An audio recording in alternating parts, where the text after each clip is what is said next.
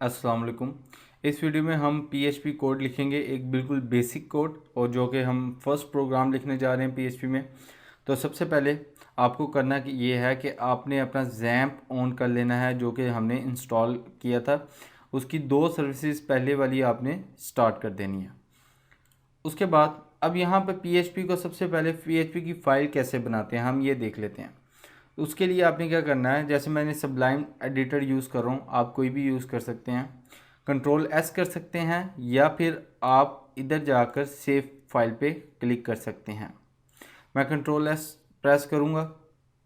अब यहाँ से आपने वहाँ जाना है जहाँ पर आपके ने जैम्प का फ़ोल्डर रखा है। मैंने सी ड्राइव में रखा था।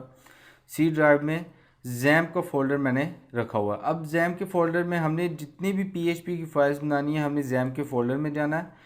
उसके बाद htdocs यहाँ पर हमारे पास फ़ोल्डर होगा और यहाँ पर हमने वो फाइल्स htdocs में रख देनी है। अगर आप वैम्प यूज़ कर रहे हैं तो वहाँ पर www का फ़ोल्डर आपको मिलेगा। तो जो भी हम फाइल बनाएंगे वो htdocs में ही रखेंगे। अब यहाँ पर 2 तरीके हैं, या तो आप फोल्डर बना लें उसमें रख दें, जो कि एक बेटर तरीका है, बेहतर है, या फिर आप बिल्कुल इसी तरह जिस तरह मैंने ये index.php रखी है, आप इस तरह भी फाइल रख सकते हैं, कोई इशू नहीं है। लेकिन क्या होगा, जब आपके प्रोजेक्ट्स होंगे तो आपने प्रोजेक्ट्स के फोल्डर वाइज आपने इसको रखना होता है। तो हमने सबसे पहले जो भी फाइल बनानी है वो जैम्प के अंदर htdocs में रखनी है, तभी हम उसको जाके एक्सेस कर सकेंगे, अदरवाइज़ हम पीएचपी की फ़ाइल को एक्सेस नहीं कर सकेंगे।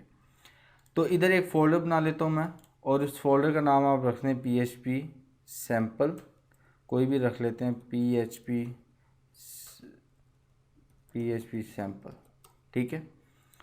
अब इस फोल्डर के अंदर मैंने फ़ाइल सेव करनी है। तो फाइल सेव करने का तरीका ये है कि आपने कोई भी फाइल के नाम रख लें, जैसे बाइट पीएचपी, और यहाँ पर आपने नीचे ऑल फाइल्स में जाकर यहाँ पर पीएचपी को फाइंड आउट करना है। तो आपको यहाँ पर ये पीएचपी की एक्सटेंशन मिलेगी, आपने इसको सिलेक्ट कर लेना है। इसको सेव करूँगा तो मेरी एक पीएचपी की फ़ाइल बन गई है। अब सबसे पहले मैं आप इसमें एक कोड लिखता हूँ। हम जब भी कोई पीएचपी की फ़ाइल स्टार्ट करते हैं तो हमें उसमें लिखना होता है पीएचपी का स्टार्टिंग और एंडिंग टैग, आप कह लें, या एंडिंग आपने किस तरह करनी है। सबसे पहले पीएचपी की जो स्टार्टिंग करनी है वो है इस तरह ये, और यहाँ पर जहाँ पर आपने एंडिंग करनी है वो इस तरह आपने एंडिंग करनी है। तो ये इसके अंदर आपने पीएचपी का कोड लिखना है, इसके बाहर आपने पीएचपी का कोड नहीं लिखना, क्योंकि अब ये आया, आप बता रहे हैं कि मेरी पीएचपी की फ़ाइल यहाँ से शुरू है और यहाँ पर ख़त्म है। तो इसके अंदर हम तमाम का तमाम कोड लिखेंगे। अब पीएचपी में हमारे पास ये होता है कि हमने जब भी कोई स्टेटमेंट को प्रिंट करवाना होता है तो उसके लिए हम यूज़ करते हैं इको हम यूज़ करते हैं। अब इको का फंक्शन जैसे हम यूज़ करते हैं पीएचपी में, तो हमें उधर आगे जाकर उसको बताना होता है कि पीएचपी का जो इको का फंक्शन है उस पर हमने क्या प्रिंट करवाना चाह रहे हैं। आप कोई वेरिएबल भी प्रिंट करवा सकते हैं या फिर आप कोई और चीज़ भी आप प्रिंट करवा सकते हैं, ये आपके ऊपर है। यहाँ पर मैं लिख देता हूँ हेलो वर्ल्ड, ठीक है। ये एक पीएचपी का हमारा जो है प्रोग्राम बन चुका है। अब इस प्रोग्राम को एक्सेस किस तरह करना है उसको देख लेते हैं। अपने ब्राउज़र पर चले जाएं और फिर यहाँ पर आकर आपने लिखना है लोकल होस्ट। अब जैसा कि मैंने आपको लास्ट वीडियो में बताया था, मैंने 8080 पोर्ट यूज़ की है। अगर आपकी 8080 पोर्ट यूज़ नहीं हो रही तो आप डायरेक्ट लोकल होस्ट लिखें, 8080 मत लिखें। अब यहाँ पर आपने बैकस्लैश डालना है और वहाँ पर वो फोल्डर का नाम लिखना है जो कि हमने बनाया था। तो हमने बनाया था पीएचपी सैम्पल के नाम से, आई थिंक, फोल्डर। इसको जब मैं क्लिक करूँगा तो ये मुझे उस फोल्डर के ऊपर ले आया और यहाँ पर ये देखिए मेरी फ़ाइल बनी हुई है।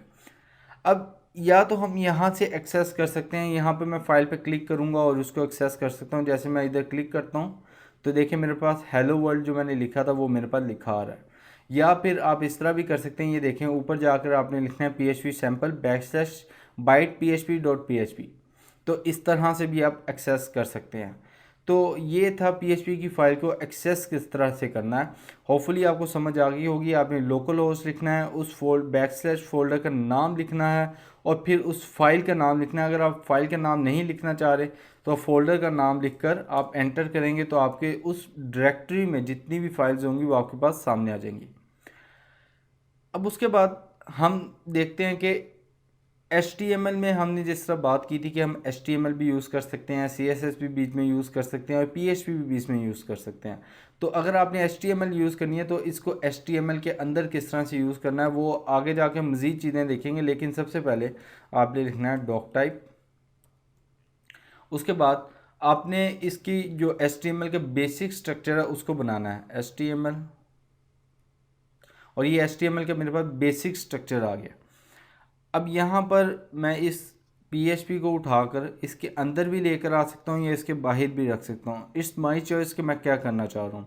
अगर मैं अंदर रखना चाहूँ तो मैंने इस तरह पेस्ट कर दिया और यहाँ पर फ़र्ज़ करें मैं H1 का टैग लगा लेता हूँ, H1, और यहाँ पर H1 क्लोज, और यहाँ पर फिर मैं लिख लेता हूँ दिस इज़ HTML, और इसको मैं कह देता हूँ दिस इज़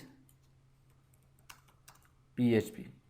सेव करता हूँ, अपने ब्राउज़र पर आऊँगा, इसको रीलोड करूँगा तो ये देखें मेरी HTML भी काम कर रही है और मेरी PHP